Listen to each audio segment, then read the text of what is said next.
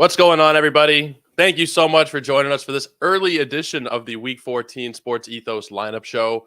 We're coming at you a little bit early today because, of course, the game started a little bit earlier because of Martin Luther King Day. But thank you so much for starting off your day and I guess you are starting off your week with us here on Monday morning. We're still getting the coffee through our bloodstreams here. Thank you so much for hanging out, though. I'm Joe Orrico. I am one of your hosts here, along with my friend Steve Vidovich. Steve, how you doing this morning? I'm doing pretty good.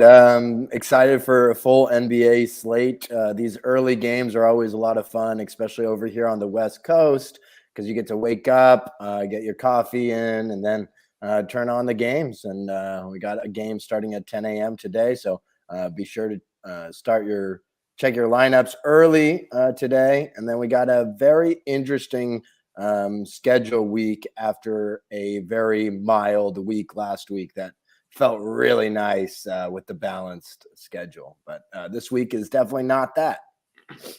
Last week was fantastic. And I mean, even this week, I guess if there's something, it's that there's no double-digit games on any particular day. There are 3 days with 9 games, but it's still plausible, I guess is the better word, to stream on some of these days, depending on what your roster looks like. As we're just getting going here, I know there's not that many people in live right now, but if you're watching back after the fact, hit the like button, subscribe to the channel. Never miss any of the great content we got here on the basketball side. Football's winding down now, but we're going to be replacing it with some baseball stuff that's going to be coming at you guys over the next few weeks. So make sure you hit the like and subscribe button. And, of course, throw any questions you have in the chat for Steve and myself here. Now, we're going to give you guys a minute or two just to let the questions come in. And why don't we talk about our favorite player here on this podcast of ours, Steve? Jonathan Isaac. We've joked the whole year about, is he even a real person? Does he even exist? Is he a ghost? He's actually played real legitimate basketball, albeit at the G League level over this last week. He played, I believe, 2 games, actually performed fairly well. What are your thoughts on Jonathan Isaac? Are you adding him anywhere? Is there any hope that he's going to do this at the NBA level? I mean, if you're looking for, maybe a boost in defensive stats with some rebounds later on in the year and you're sitting comfortably in your standings, maybe he's worth a speculative add for some upside.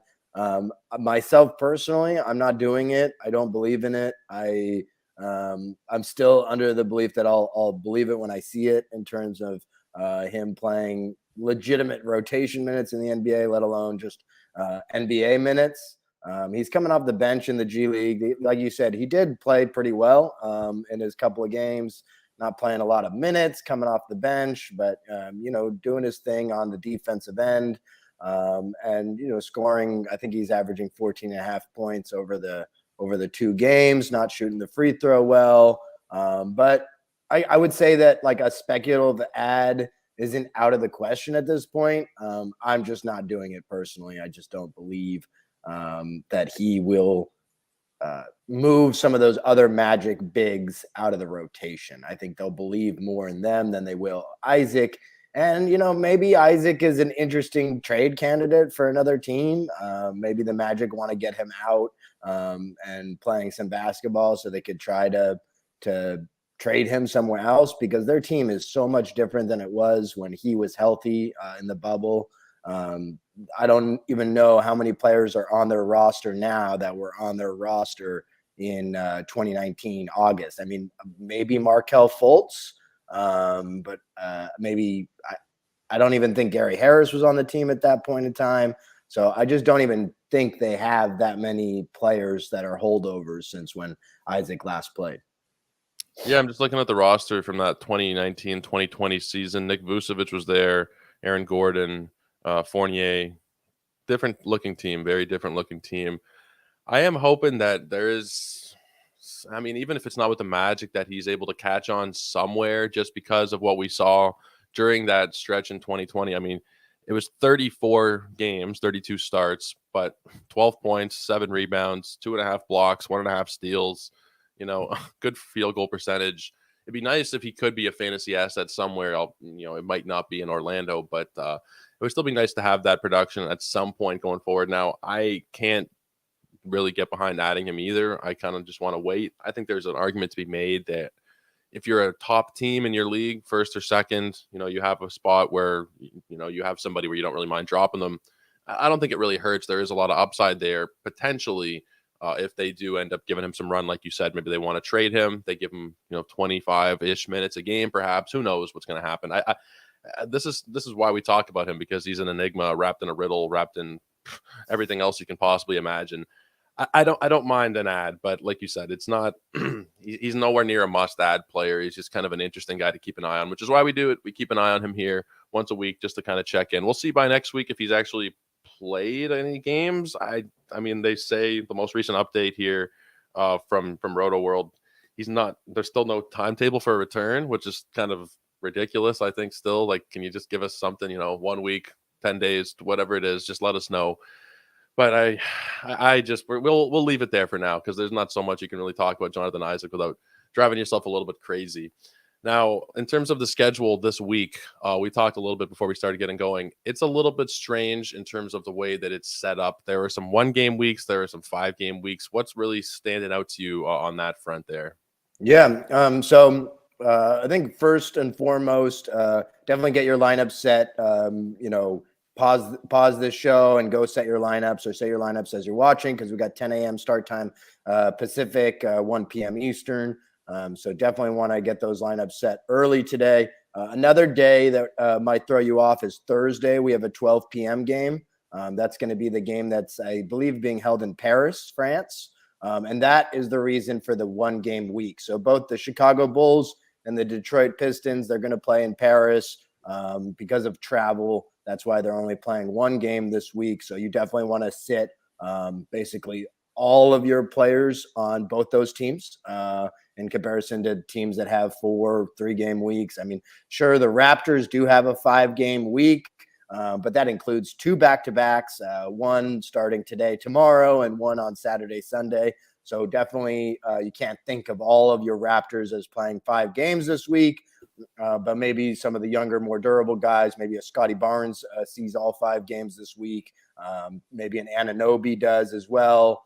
Maybe even a Siakam sees all 5 games. I doubt Van Vliet does. So Raptors are definitely looking at a really nice schedule this week. The Magic, if you're looking at picking up Isaac and thinking he's going to play this week, they only have 2 games this week, and it happens on it's a back-to-back on Friday, Saturday, which is crazy to have a 2-game week and have it be a back-to-back. So definitely stay away from your Orlando Magic guys. In terms of the Spurs, also have 2 games this week, and you're not really wanting to play any of the Spurs in that situation over teams that have a possibility of playing 4 or maybe even 5-game week if you're talking about the Raptors. So I definitely would say biggest takeaways scheduling wise, Tuesday and Thursday are the lightest days this week. So if you're looking at short-term streams, those are your target days. Maybe somebody who's playing like Thursday and then Saturday, Sunday. I think there is a couple teams that have that schedule. But be sure on Thursday to set your lineup early for that 12 p.m. Pacific time, 3 p.m. Eastern start time. So you got 2 early start times on weekdays this week, today and Thursday. You want to stay away from your Bulls, your Pistons, your Magic, your Spurs. Raptors have 5 games this week. And then the rest of the league has 4 and 3-game weeks, 4-game weeks that are no back-to-backs. So definitely preference in the schedule. That's going to be your Grizzlies, your Miami Heat, and your New Orleans Pelicans. So those are the 3 teams, along with the Raptors, that I would prefer targeting this week. And if I'm looking just at schedules.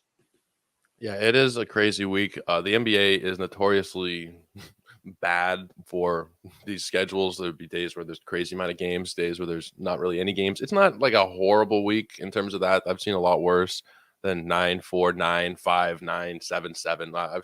There's been some really bad ones that we've seen in the past. It's not the end of the world. I was just taking a look at some of these lineups that we have for today's games, just seeing if there's tentatively any news. Gordon Hayward is still listed as doubtful. I mean, that's the early game. That's the one that's going to be starting in a couple hours. He's the one where it's kind of he's the tricky name here for me, because we're not really sure. I mean, I'm probably not starting him in a weekly lineup regardless. But what are your thoughts on Gordon Hayward?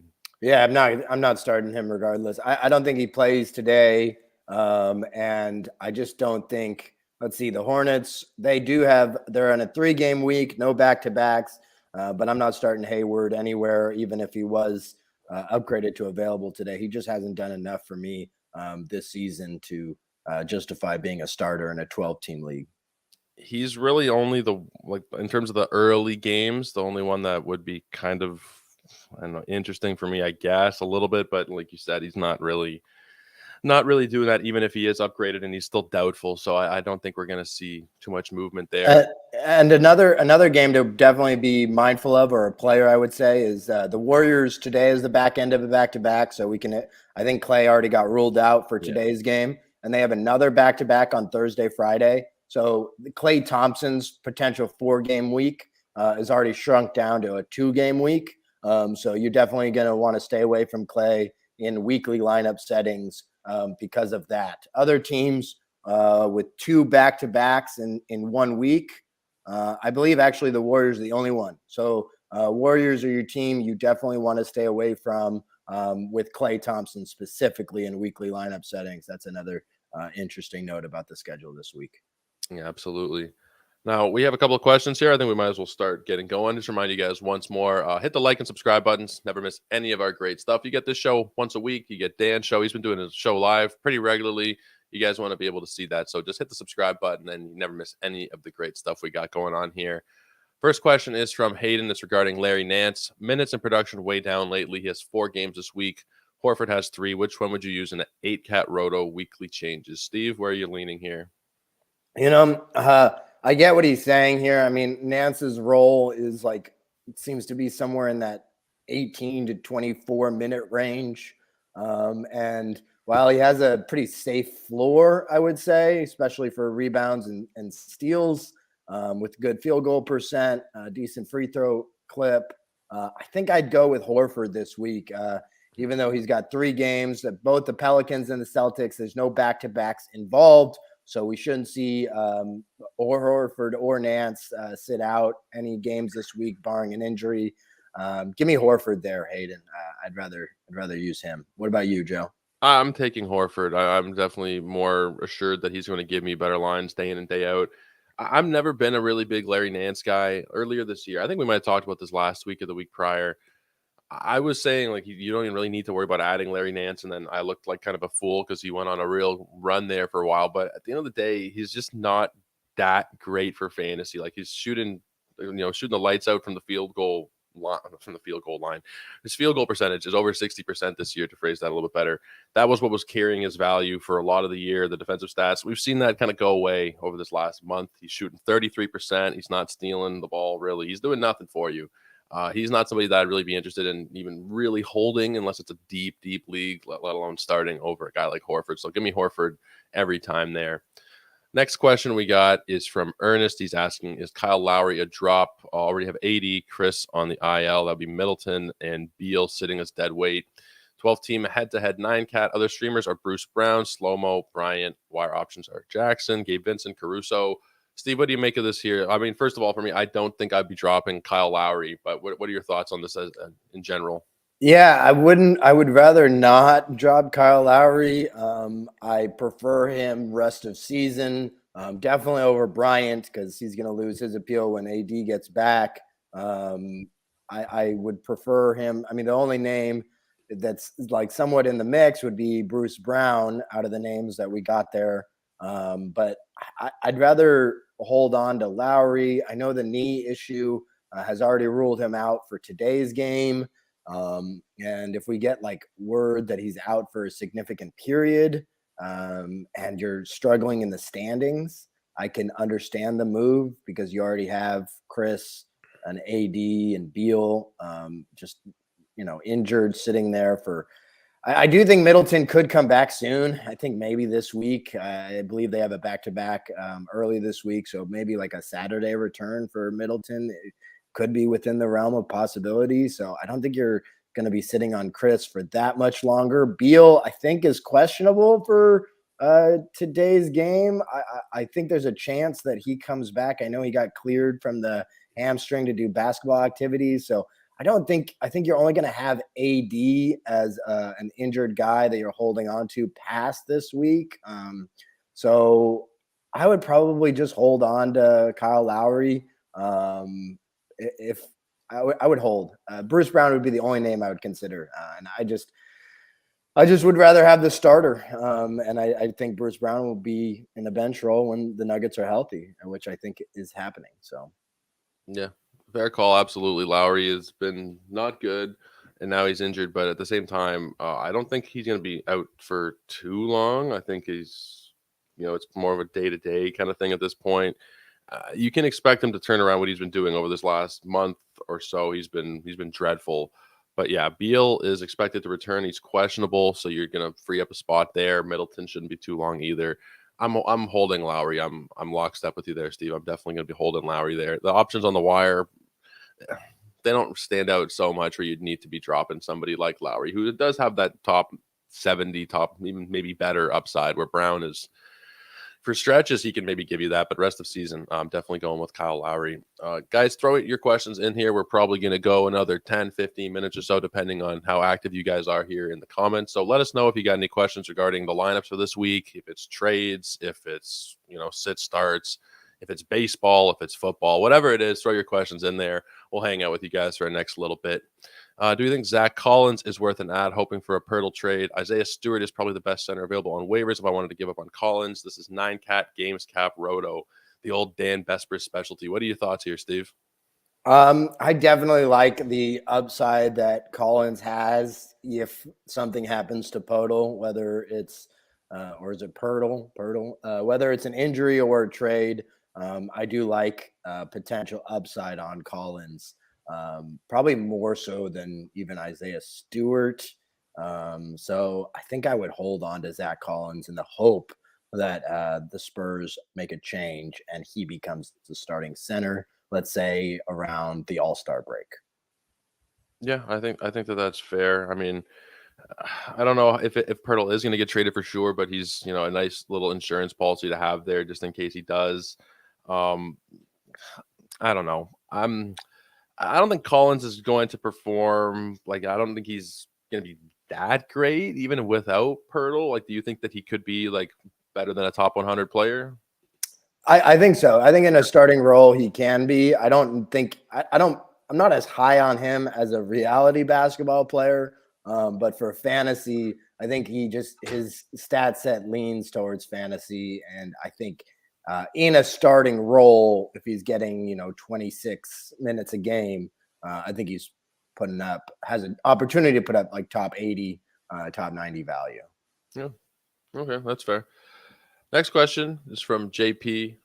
Is Tate a pickup? I believe we're talking Jay Sean Tate here. Thinking to drop Sohan over him. Would like to know your thoughts. I don't think there's another Tate. I think we're talking Jay Sean. I'm keeping Sohan here personally. Tate just hasn't really done enough to impress me. Sohan, I mean, he's not that impressive, but I think that he is a lot more certain in his minutes and in his production than what you're getting out of Tate. Do you disagree? Do you agree, Steve? What do you think there? Yeah, no, I'm with you lockstep there. Riding Sohan. I mean, Tate, while a great story for the Rockets, I think he's getting squeezed out. I think they would prefer developing Tari Eason, obviously Jabari Smith. They have KJ Martin, I think, is even ahead of Tate in the pecking order. I believe he got the spot start the other day and had quite an impressive line.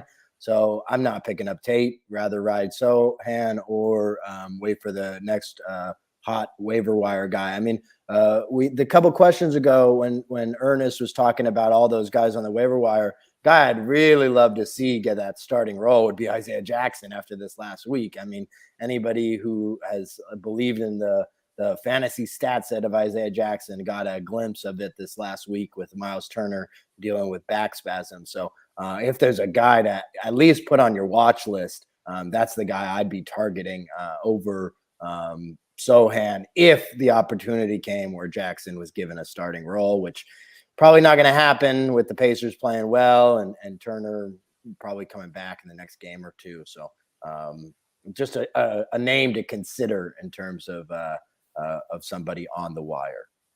It's actually a nice little segue to our next question. I don't know if you intended that or not, but thoughts on Isaiah Jackson's recent run? Has he reached 12-team pickup status, or is his value cooked with Turner likely back soon?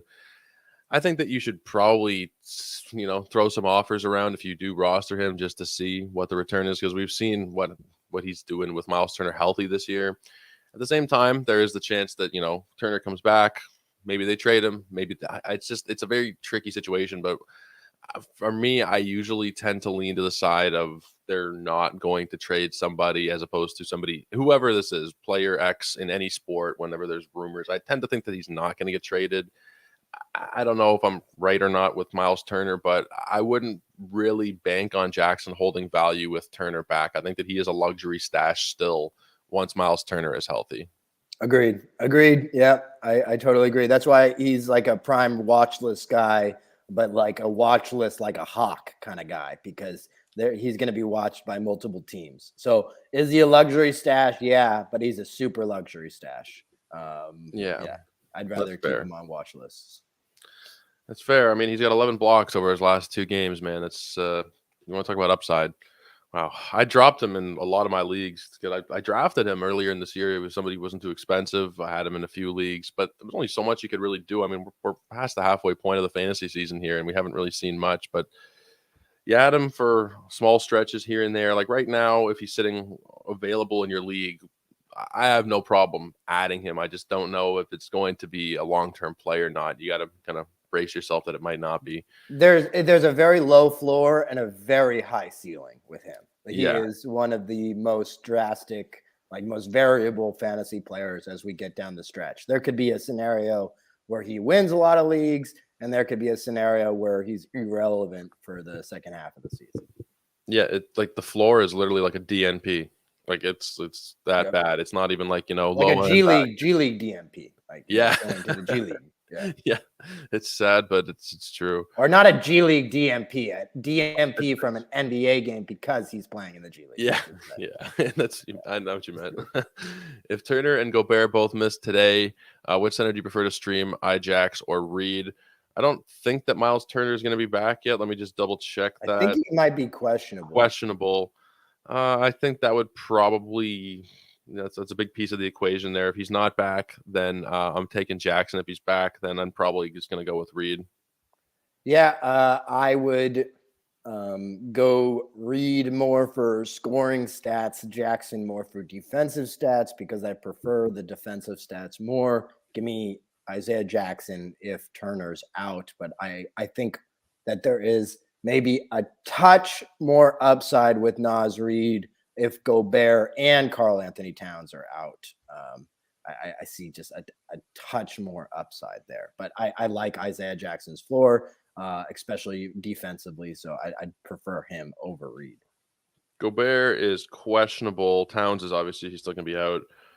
But Gobert is, the last thing we've seen is that he's questionable. So I guess we kind of just, it's one where you kind of, I mean, if you're in a weekly lineup lock at 12 o'clock or whenever the games start today, 1 o'clock Eastern, 10 a.m. Pacific, then you kind of have to make a decision. But if you can, I would try and wait until we have more news on if they're respective starting centers for those teams are actually going to be in the lineup. And I would prefer Reed because he has standalone value more than Jackson.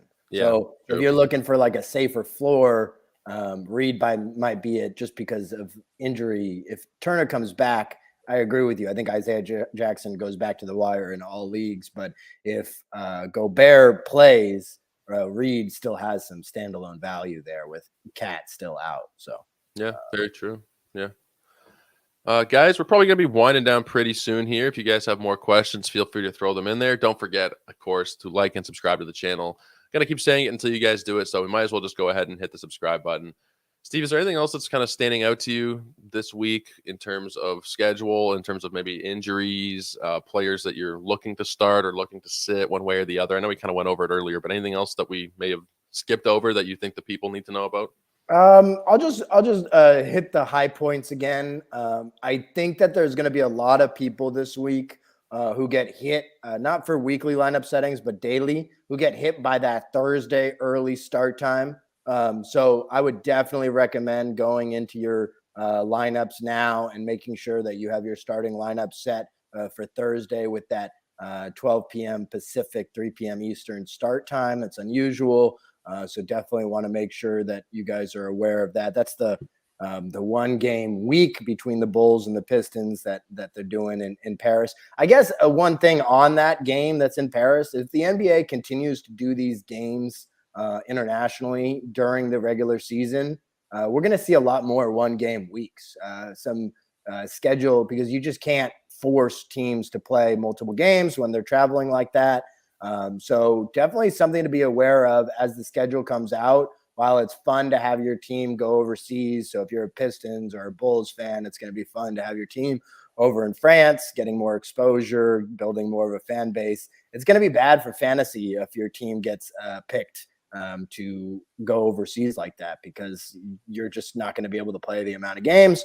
It seems like the NBA is leaning more into that, which means more schedule variation that impacts us fantasy managers. So it's definitely something to be aware of. And then last note, headline: Raptors on a 5-game week, including 2 back-to-backs. We got the Magic on a 2-game week that is a back-to-back. So that's definitely scary. Spurs are also on a 2-game week. So those are definitely teams I'd like to avoid if at all possible, except obviously the Raptors are a team I'd like to target. And then one last thing is all the Klay Thompson stands out there. While he's been playing incredible recently, he's likely only going to see a 2-game week as well this week, with the Warriors having 2 back-to-backs. So definitely would be very nervous about starting Klay in a weekly lineup setting, and would prefer to alternate, to flex to a different starter. And I guess those are my highlights for the week. I hope you guys all win your weeks this week. I hope you have a wonderful day watching early fantasy basketball. As Joe always says, come and like and subscribe. Dan Bestris, he does his live podcasts on here as often as possible. I don't think he's going to do it today with the early start times, but perhaps tomorrow or another day this week. I would definitely be on the lookout for that, because he does live Q&As when he has some time, and that's a really, really fun experience for everybody. So Yeah, absolutely. One thing I wanted to mention in terms of like the overseas games, how that's going to work going forward in terms of fantasy schedules. And I know the NBA coaches, players, for the most part, they couldn't care less about fantasy managers. But I think something that might be kind of interesting to float around is maybe when they go and do these things, when they go to Europe or wherever, maybe they don't just send 2 teams. Maybe they send, 5 or 6 teams, and then they have like, throughout the week, because the travel wouldn't have to impact them so much once they're already there. They stay in the same whatever few mile area or whatever, and then they can play 2 or 3 games overseas. And then it's better experience for the people who are in Europe, who don't ever get to see these players come down. Instead of just having one opportunity to see them, they might get 4 or 5, and then it benefits everybody. The NBA makes more money. We don't have to be such going gray here setting our lineup. So might be something they're not going to think about this. If anybody from the NBA is watching this, maybe pass the idea along. I highly doubt it, but in any case, I really appreciate you guys hanging out with us here. We'll be back at the usual time next week, I believe. I don't think there's anything crazy going on in next week's schedule, so we should be back 5 p.m. Eastern, 2 p.m. Pacific time. And yeah, thank you guys. Hit the subscribe button. There's going to be a bunch of stuff coming here on the baseball side. Very excited for all of our content on that front over these next couple of months, and of course, continuing along with the NBA stuff. Guys, thank you, and we will see you again next week. Cheers.